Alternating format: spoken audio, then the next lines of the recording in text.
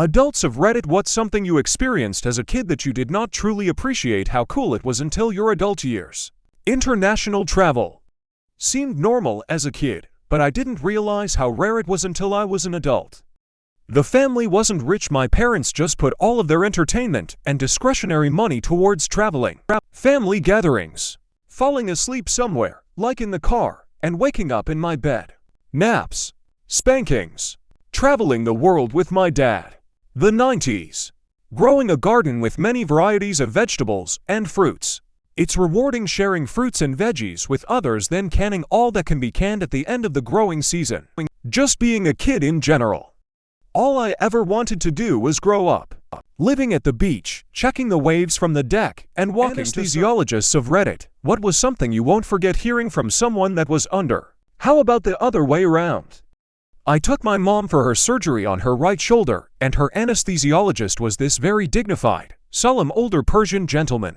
My mom told him, "Just so you know, I wrote directions on myself to make sure you get it right." She was joking around, but she actually does this. Old Battleache's nurse habits die hard. He looked her straight in the eye and said deadpan, "Great. So let's get started on your left knee." Totally got her. It was great. I gave a patient an overdose of ketamine for a pain procedure. He proceeded to tell the room that everyone had turned into cartoon characters, and then he announced he was melting into a wall of butter. Still my finest achievement as a physician. My aunt, who notoriously despises fast food, old Mexican lady whose food is as good as it gets, woke up and looked at my uncle and said, "Are you the sexy man that's gonna take me to McDonald's?" If you knew her, you would know that she would never say that. She has never lived. Arizona just made it illegal to record police officers closer than 8 feet. What are your thoughts on this? Maybe if they kept those body cams going and made them public information. Edit. Okay, maybe it's not all public information.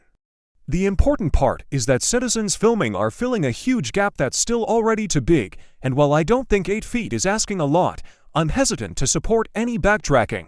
The fact that recording them is illegal under conditions make me feel more threatened than protected. I'm not filming. I'm taking 20 photographs per second. Stay 8 feet away and zoom in. I'm not sure how plain old obstruction doesn't fit already.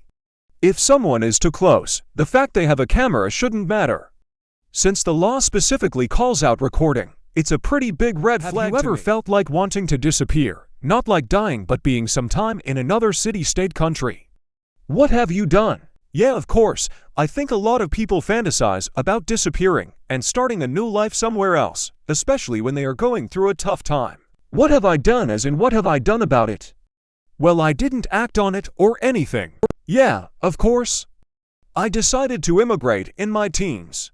If I didn't love food and the comfort of my own home, I'd happily go live in the woods as a nomad. I moved to another country and had the time of my life and felt like I found belonging there and here much more than I ever did in my hometown. I wanted to retire, get a sailboat, learn to sail, and throw my phone into the sea. I retired, moved in with my parents to take care of them, and still dream of the same thing. When I was hit by PTSD, this was exactly what I wanted to do. Escape or disconnect from society and live under a bridge or something. When you're in constant defensive state, anxiety is all around, so this seemed like the best option. I had a daughter around the same time, and my whole life priorities changed from self-preservation to protecting, educating, and supporting. How do you stop being bitter at the world as one grows older? Learn how to stop giving a shit and let it go. My grandma and Phil were bitter about shit that happened 70 years ago. You outlived them, you won, get the fuck over it. World like volunteering. Meditation is the biggest point, as done correctly, it teaches you to let go of thoughts and move on. Bitterness comes from dwelling on what you cannot change. Don't dwell. Gratitude for what I have, stopped comparing myself to others.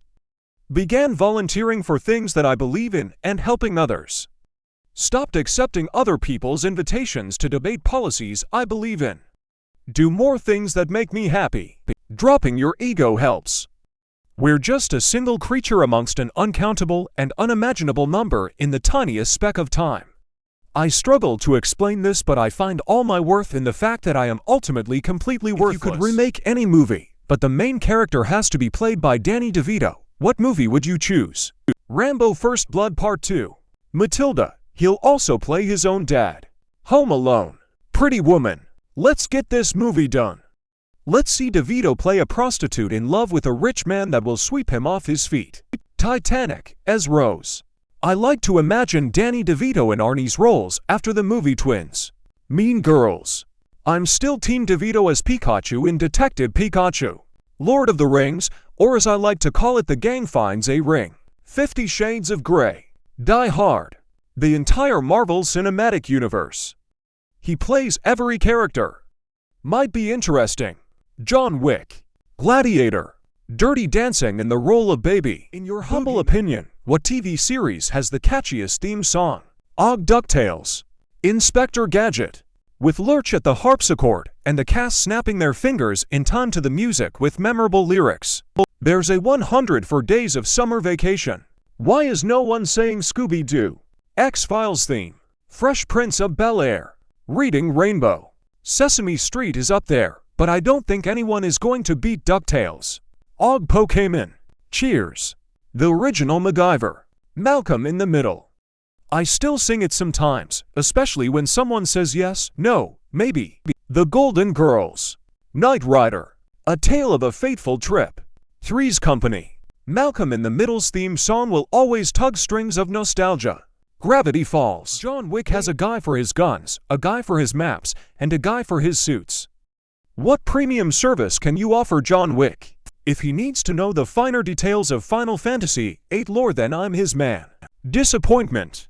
Premium disappointment. I do dog boarding. Had he brought his dog to me in the first place, we wouldn't be in this whole mess. If he needs a guy for weed, I can help. A guy for his sluts. I sell gas pumps, fuel tanks, and other fuel dispensing equipment. I could be his gas pump guy if he had a gas pump guy with his own private fueling point at his home. He would have no need to rely on commercial gas stations and never would have randomly met that Russian prick, and none of that shit would have happened. He'd still have his dog, his car wouldn't be smashed to shit, and he'd be enjoying his retirement. Bicycle world would be 100x better without this. What is it?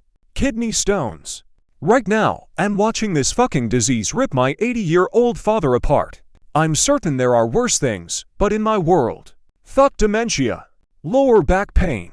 Those large flying cockroaches. Depression. Pollution. Litter. Lying politicians. Cancer. Corruption. Rapists. Poverty. Mosquitoes. Ticks, tapeworms, etc. Basically any type of parasite. Those pieces of shit really fuck you up. Both mentally and physically. Dumbasses. Robocallers. Pedophiles. Greed. Nestle. Animal abusers. Ignorance.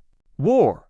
People who value money over other people of Reddit. What was the biggest culture shock you noticed after transitioning to your gender? The lack of pockets.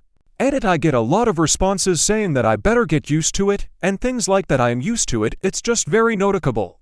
The amount of women in my family, my female friends, and even female acquaintances now confiding every single deep dark detail of their life in me, or just lonely talking about their every bodily function. I became one of the girls way before I was comfortable with it.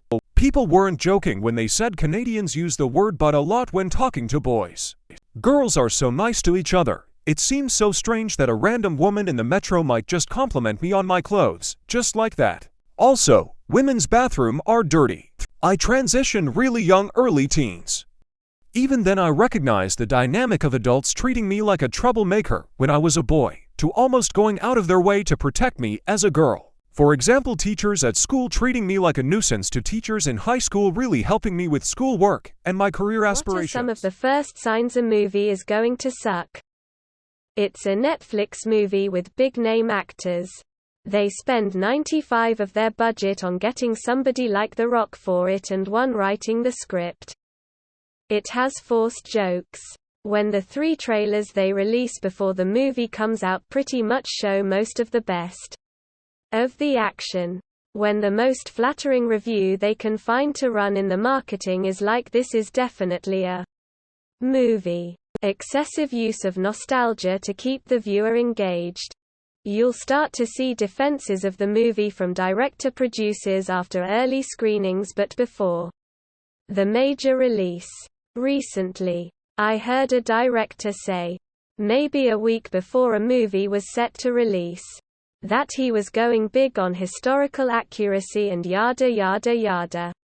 I knew it was getting panned ahead of the opening. What are the advantages of being a loser? No one actually has a bar of expectations for you, they just let you off the hook.